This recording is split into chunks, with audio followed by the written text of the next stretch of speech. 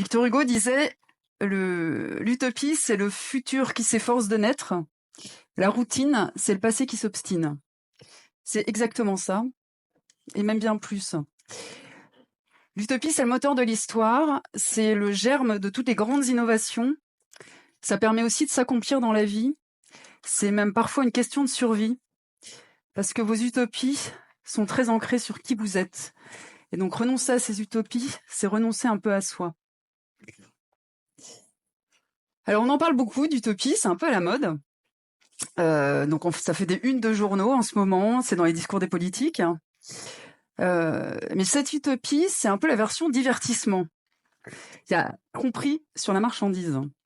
Moi, ça me fait penser à un concept car, vous savez, ces super bolides qu'on montre au mondial de l'auto. Le super bolide qu'on ne fabriquera jamais. Il est juste là pour démontrer notre génie visionnaire et donner de la matière à rêver à notre pauvre monde lugubre. Mais l'utopie, ça n'a rien à voir avec ça. C'est pas un truc de bisounours non plus. L'utopie, c'est pas une façon de fuir la réalité, c'est le moyen de la changer. Alors l'utopie, évidemment, ça fait sourire, hein. C'est rarement gentil quand on vous traite d'utopiste. Mais derrière ce sourire, en fait, il y a nos peurs. L'utopie, étymologiquement, ça veut dire qui n'a pas de lieu. Ça ne veut pas dire qu'il ne peut pas en avoir un jour. Donc, nous avons traduit l'irréalisé par l'irréalisable. Comme si un truc qui n'existait pas ne pouvait pas exister. Vous imaginez ? On est incapable de penser l'inconnu. Mais qu'est-ce qui nous fait peur ? Rêver trop grand ? Espérer ? Au pire, ça marche. Et des utopies, aujourd'hui, on en a besoin. On est confronté à des tas d'enjeux, des enjeux économiques, on a des inégalités records, on a des désordres écologiques, des dérèglements climatiques, des migrations, on a même des crises philosophiques, puisqu'on a du burn-out comme on n'en a jamais eu, on n'a jamais vendu autant d'antidépresseurs. Donc il faut se remettre au boulot. Il faut redonner de nouvelles utopies. C'est de la diversion. C'est même de la désertion. Nous désertons notre humanité, nous désertons le présent, nous désertons notre planète. Peut-être pour ne pas voir que nous avons abdiqué notre humanité, peut-être pour ne pas pour ne pas assumer nos responsabilités. Nous fuyons notre humanité alors qu'il faudrait y revenir, la faire grandir, se recentrer sur le génie humain. Moi, je crois beaucoup à l'idée d'être contestataire envers son propre camp. C'est comme ça qu'on le fait grandir, surtout pas en regardant ailleurs. Quand on croit à quelque chose, on lui demande plus d'audace, plus d'ambition, plus de hauteur. On est vigilant, on lui dit quand il va droit dans le mur. Et donc on pourrait se dire qu'on pourrait avoir un numérique conscient. Conscient que les métaux, les ressources, ça appartient à tout le monde, y compris à nos enfants et leurs petits-enfants. Et que donc, qui peut prendre la décision d'utiliser, de gâcher plutôt, une ressource rare pour faire un distributeur automatique ou empathique de croquettes pour chat ?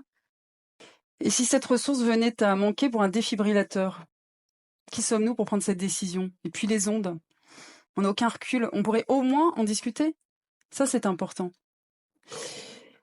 En fait, pardon, on pourrait se dire que ça paraît gros, cette idée d'un numérique conscient.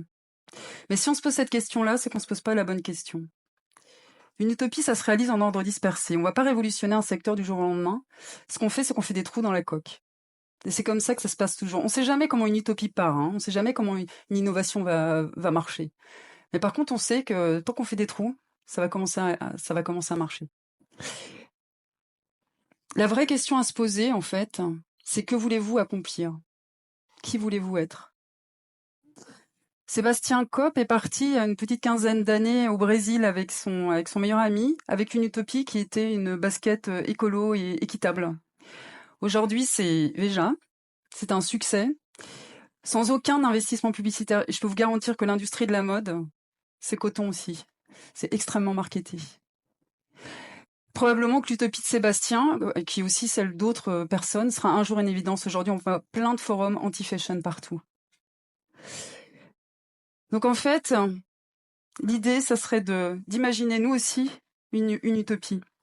L'utopie d'un numérique qui serait frugal, qui ne nuirait à personne, qui régénère les équilibres écologiques, humaniste, qui enrichit les populations, créateur d'une société résiliente, c'est-à-dire qui nous permette d'absorber les chocs et les imprévus à venir, créateur d'êtres libres, affranchis, qui peuvent être acteurs de la société, créateur de liens avec d'autres peuples, créateur de démocratie directe, participative, citoyenne.